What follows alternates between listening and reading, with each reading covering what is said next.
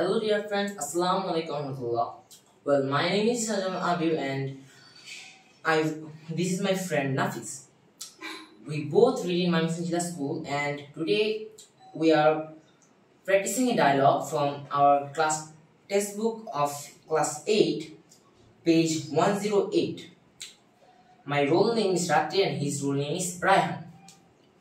Hi, my name is Ahnawasa Nafis. I read in Mamisinjila school at grade 8. So, Let's begin. Hey, what are we reading? I am just trying to figure out which forms of the verb I will use for the following sentences.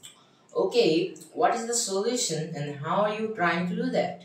After a long discussion, my friend and I ultimately decided to read aloud the sentences a few times with the different forms of the verb. And finally, the verb form that sounds okay will be the correct form for the specific sentence. You are indeed a genius, dear brother. But you know this technique doesn't work at all. Rather, it will mislead you. Better read it and learn which form of the verb will be used in specific sentences. That's too difficult and time-consuming, I think. Actually, it's the opposite. As you are trying to take, for example, which form of the verb would be correct in the sentence, attending or attend classes is a must to learn better. Is attending or attend? Exactly, and I can't decide that. That's very obvious because you don't have any idea about gerund and participles. I have heard the terms but don't know much about them. Look, a gerund is a form of a verb with ing in its base form. It works like a noun in a sentence. For example, splashing water is fun. Here, splashing is a gerund because splashing is a form of the verb splash with ing and it works or acts like a noun in the sentence. Okay, that seems easy now to identify gerunds in a sentence. But what about the participles? Well, a participle is also a form of verb. Sometimes it ends with the ing and it's called a present participle. And sometimes it ends with ed, d, t, en and n. And it's called the past participle. Let's talk about the present participle first. Sounds better. A present participle acts like a continuous verb from or an adjective in a sentence. And you know an adjective describes or modifies a noun or a pronoun. For example, I need a writing table. Here the verb write ends in ing and works as an adjective. It describes the types of the table. Now, can you tell me an example of a present participle?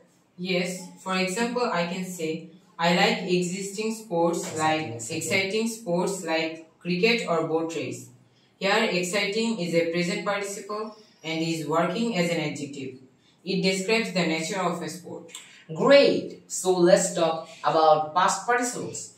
I have already told you that it's a form of a verb that ends with ed, d, t, en and n.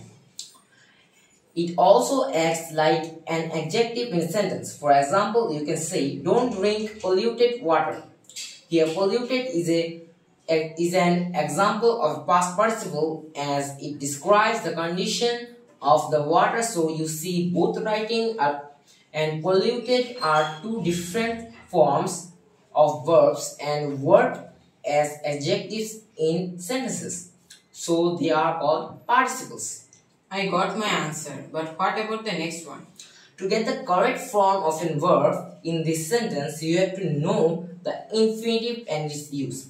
An infinitive is the base form of a verb, but it has different functions. Decide we put or write to before the base form of the most infinitive verbs. When sometimes the to is dropped, then it's called a bare infinitive.